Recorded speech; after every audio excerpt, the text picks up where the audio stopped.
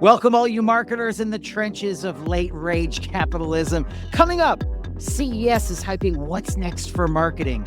Roblox is building 3D advertising for brands and our youths. And Google's core update is quietly rewriting the marketing rules of visibility. If you work in marketing, advertising, or publicity, this is the that matters. Let's get it.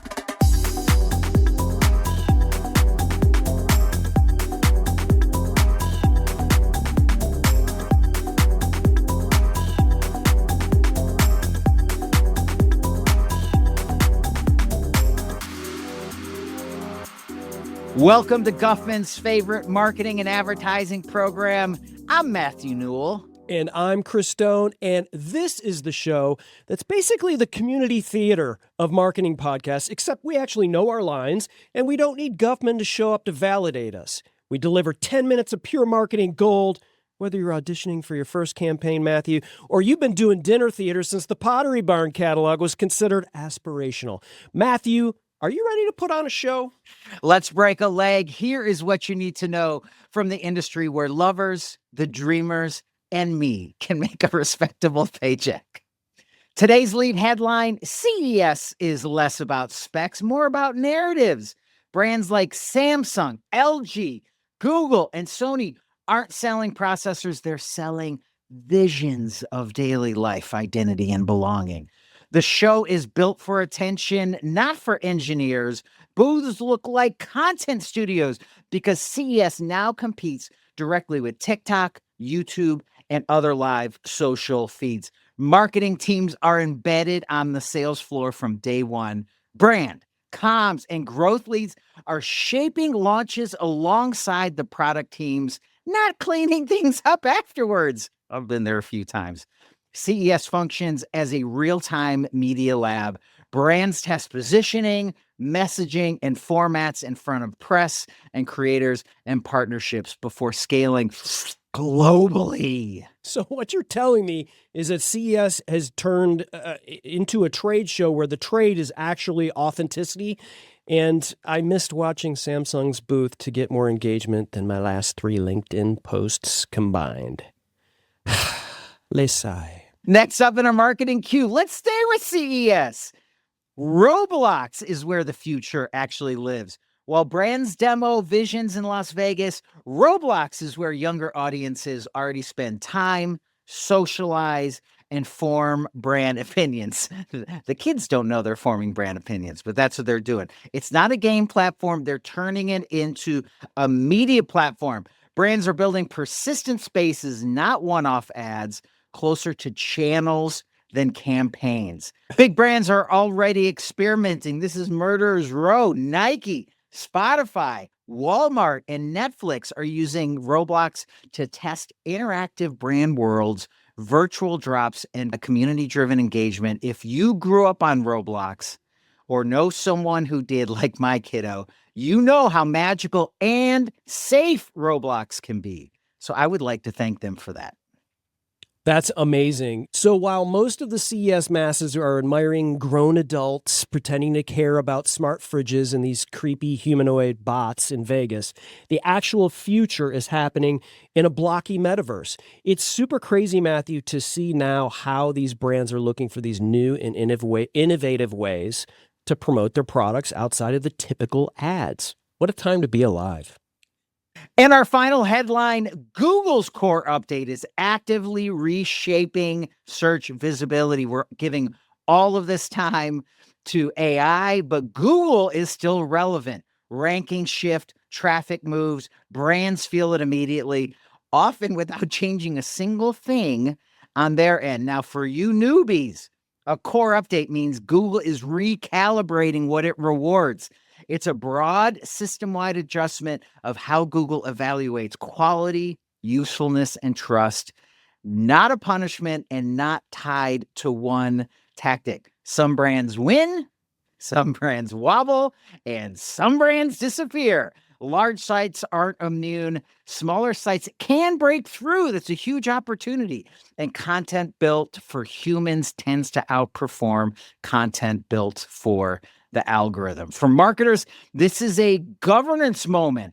Google quietly decides who gets discovered, who loses oxygen, and which content strategies still make sense going forward. So Google just flipped the board, changed the rules mid-game, and called it, what did you say? Recalibration, which is like what corporate speak for, we decided your SEO strategy is now a participation trophy. What are we doing? And then when the brand falls off of page one search results, well, then you got to start advertising with Google. All right, it's time for Real. Recognize Real. And here's one for the nobody asked for this, but now I need it file. Hexclad. Yeah, Gordon Ramsay's cookware thing just teamed up with Still Gin, which is Dr. Dre and Snoop Dogg's ultra premium gin brand. And together they made a cocktail shaker. Now, before you roll your eyes and mutter celebrity cash grab, hang on, because this thing is actually designed. Industrial designer Ini Archibong didn't just slap some logos on a cylinder and call it a collab. He pulled from the geometric bottle design of Still Gin and Hexclad's iconic hexagon pattern to create something that looks like it belongs in a museum bar, if museums served better drinks. The TV commercial from Code and director Peter Franklin Banks doesn't waste your time either. Flame, vinyl, macro shots, sound mixer faders rising like the tension in a Tarantino flick. It's this quick, kinetic vibe that draws a line between culinary precision and musical craft. And honestly, Matthew, totally works. Here's why this isn't just merch. It's about intent. Both brands obsess over details most people won't notice but will feel. Hexclad engineers pans like they're solving physics problems. Still Gin built a spirit to mix anywhere, from martinis to whatever Snoop's pouring on a Tuesday. So yeah, Gordon Ramsay, Dr. Dre, and Snoop Dogg walk into a bar and actually make something worth shaking. Real, recognize, real.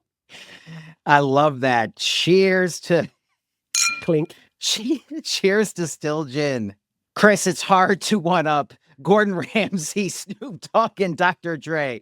But my boy Pete Roberts may have done it. So this has nothing to do with anything, and it's one of the greatest marketing stories ever. Maduro gets captured on a Saturday night, and they fly him to the United States. In the midst of him, that we keep dropping these pictures of him, or Trump keeps dropping these pictures of him arrested and then getting changed here and then getting changed there. My man Pete Roberts looks up on Wednesday and says, "Why is Maduro wearing one of my brand's hoodies?" There is a company called Origin Clothing that Pete runs. They make clothing, and they pride themselves on manufacturing US only, US only manufacturing. Everything's made in the country. That is God's work that he is doing. But how quickly did his drawers fill up when he saw one of the craziest dictators in the world wearing his blue hoodie? So what did he do? This has to be one of the most difficult puzzles in marketing and PR. He decides to lean in, but what he doesn't do is decide to go nuts with it. So he could have really launched into the meme world and switched out heads and gone really crazy with it. Instead, he genuinely leaned forward and said, "I don't know what's happening, but if you are interested in buying hoodies and buying other accessories from Origin that are made in this country, then here's the website." Of course, everything's sold out within 24 hours, 36 hours. And of course, everything is on back order. But the reason I bring Real Recognize Real up here is he had a chance that Maduro could have saved or ruined his business easily. When it's associated with a dictator that's killed thousands and thousands of people, it can sink a brand. And I think he thread that needle so perfectly. So, sir, to Pete Roberts, well done. You may not even be a marketer. You just may be a dude who's trying to make cool clothing for non-dictators, and you really balance that situation really well. Go out and buy their stuff. The tightrope that he walked there before making that first post or how, I mean, I just can't imagine, but I got to say something, right? What do I say? And then I think just brilliant in how that was orchestrated. So yeah, tip of the hat. The one part of the story, if any fans or viewers hear this and know this part, the one part that I couldn't figure out is, how did he get this hoodie? He had Maduro had like 5 clothing changes. That is more costume changes than Cher on New Year's Eve. So if someone knows the answer to that, let us know. We should make that the over-under. How many clothing changes did Cher and Maduro make? That's right. All right, speaking of over-under, let's get into the game. I put out a scenario. Chris calls the over-under, and we all try to get on the right side of the call. So let's finish up our CES theme. Okay. Attendance at CES this year, according to CES, and the one hint that I'll give is that it is up from last year. Right. And I do remember last year in the number, and if we're up, I feel pretty good about this, actually. So I'm going to say over under 145,000 attendees in Las Vegas last week at 2026 CES. That's a great guess. And try to figure out the over under. All right, put your comments in the spot that says comments. Smash the subscribe, the likes, the bells, and whatever else they put in front of you, because that helps the show and it helps us grow, and it's just a good thing to do. But that's all for this week's Marketing Machines and Mischief, except for a little lesson learned. Are you ready for when a dictator is photographed eating your mac and cheese? See you next week. Bye.